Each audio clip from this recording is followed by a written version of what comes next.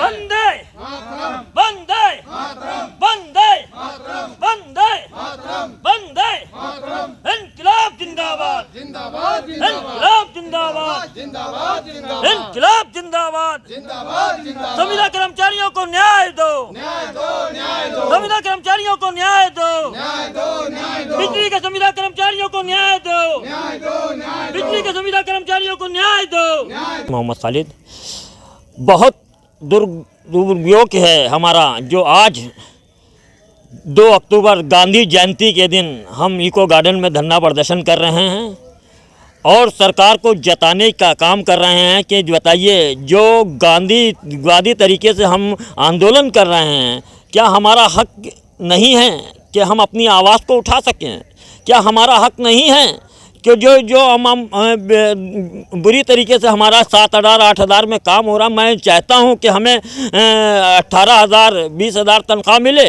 मतलब कितनी गलत व्यवस्था है जो 20-20 साल से हम लोग सेवा कर रहे हैं बिजली बोर्ड की, पावर कॉरपोरेशन की, और आज हमारी स्थितियां ये हैं कि 7,000 और 8,000 में हमारी व्यवस्था में काम कर रहा हूं और किसी दबाव में काम कर रहा हूं। बताइए कितनी दुर्घटनाएं हम लोगों के साथ में बीत रही हैं जो आज मैं यहाँ पे धरना प्रदर्शन कर रहा हूँ। मैं उत्तर प्रदेश पावर कॉरपोरेशन निविदा संविदा कर्मचारी संघ के प्रदेश महामंत्री देवेंद्र कुमार पांडे बोल रहा हूँ। आज हम लोग धरना स्थल पर बैठे हुए हैं। 7 सितंबर 2021 से लेकर लगातार ये धरना जारी है।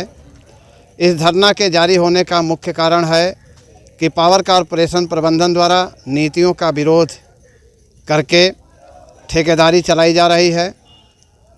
आज पूरे प्रदेश में बिजली के आउटसोर्स कर्मचारियों का प्रत्येक वर्ष 500 से 600 दुर्घटनाएं हो रही हैं, जिसमें अधिकांश कर्मचारियों की मृत्यु हो रही है। जो कर्मचारी बच जा रहे हैं ये अपंग होकर के दूसरे के सहारे जीवन यापन करने के लिए मजबूर हो रहे हैं। इन कर्मचारियों को पारिश्रमिक के रूप में 7600 वेतन दिया जा रहा है। इनके ईपीएफ और ईएसआई में करोड़ों रुपए का घोटाला किया गया है। पावर कॉरपोरेशन प्रबंधन द्वारा लेबर का अनुबंध किया जाता है, जो गड्ढा खोदते हैं या गारा माटी करते हैं। ये उनके लिए न्यूनतम वेतन निर्धारित किया गया है श्रम विभाग में। उसी न्यूनतम वेतन को आधार बनाकर पावर कॉरपोरेशन द्वारा अनुबंध किया जाता है और उसी अनुबंध के अंतर्गत हम बिजली के ठेका मजदूरों से ज़मीन से 20 से 25 फीट की ऊंचाई पर 440 वोल्ट की नंगी लाइनों पर जो चलती हुई होती हैं, जिसमें बिजली का प्रवाह हो रहा होता है, कार्य कराया जाता है। 11,000 की लाइनों स्विच गियरों, 33,000 की लाइनों ब्रेकरों पर कार्य कराया जाता है। मीटर रीडिंग का कार्य कराया जाता है, कंप्यूटर ऑपरेटिंग का कार्य कराया जाता है, ट्रांसफार्मर रिपेयरिंग का कार्य कराया जाता है, कनेक्शन काटने और जोड़ने का कार्य कराया जाता है, ट्रांसफार्मरों की पेटियों की रिपेयरिंग कराने का कार्य कराया जाता है। यानी तमाम कार्य लेबर का अनुबंध करके कराया जा रहा है। ये अनुबंध पावर कॉरपोरेशन द्वारा गलत किया जा रहा है। इन कर्मचारियों के कार्य के हिसाब से अनुबंध होना चाहिए, जो पावर कॉरपोरेशन द्वारा वर्ष 2000 से ऐसा नहीं किया जा रहा है और कर्मचारियों का शोषण किया जा रहा है। इसी पावर कॉरपोरेशन द्वारा जब सैनिक कल्याण निगम से अनुबंध किया जाता है तो उनका 24,000 का अनुबंध होता है। जब ठेकेदारों संविदाकारों के माध्यम से तैनात कर्मचारियों का अनुबंध किया जाता है तो उनका 11,000 का अनुबंध होता है। दोनों ही कर्मचारी आउटसोर्स के हैं, दोनों ही कर्मचारियों का कार्य एक है। इसके बावजूद भी एक का अनुबंध 11,000 का और दूसरे का अनुबंध 24,000 का, ये न्याय संगत नहीं है, जिसको ध्यान में रखकर संगठन द्वारा कम से कम 18,000 रुपया निर्धारित कर उत्तर प्रदेश सरकार द्वारा समय समय पर दिए जाने वाले हितलाभों को देने की बात कही गई है।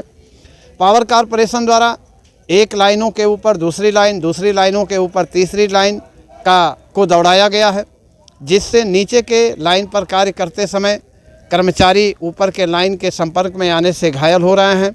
इन कर्मचारियों को सुरक्षा उपकरण नहीं दिया जा रहा है।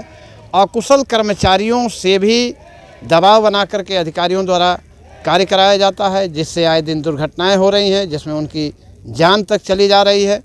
इस प्रकार की तमाम अनियमितताएं हैं। इनके ईपीएफ में करोड़ों रुपए का घोटाला हुआ, ईएसआई में घोटाला हो रहा है। इन सभी चीज़ों से बार बार अवगत कराने के बावजूद भी ना तो पावर कारपोरेशन प्रबंधन द्वारा इस पर ध्यान दिया गया और ना ही उत्तर प्रदेश सरकार द्वारा ध्यान दिया गया। इको गार्डन में धरना प्रदर्शन किया गया। 9 सितंबर 2021 को अध्यक्ष पावर कारपोरेशन और संघ के बीच वार्ता हुई, जिसमें अध्यक्ष पावर कारपोरेशन द्वारा संघ के मांग पत्र पर परीक्षण कराने की बात कही गई। संगठन के तरफ से 22 सितंबर 2021 तक का समय दिया गया। 22 सितंबर 2021 को प्रबंध निदेशक पावर कारपोरेशन से वार्ता हुई, जिसमें अध्यक्ष पावर कारपोरेशन द्वारा दिए गए आश्वासन का कहीं उसमें नामो निशान नहीं था, जिसको ध्यान में रखकर पूरे प्रदेश में जिला स्तर पर 23 सितंबर 2021 को आंदोलन किया गया। इससे भी जब समस्याएं हल नहीं हुई तो संगठन द्वारा आगे की रणनीति तय करते हुए 15 नवंबर 2021 को शक्ति भवन पर विशाल धरना प्रदर्शन करने का निर्णय लिया गया। 16 और 17 नवंबर को सार्वजनिक स्वैच्छिक अवकाश पर रहने का निर्णय लिया गया।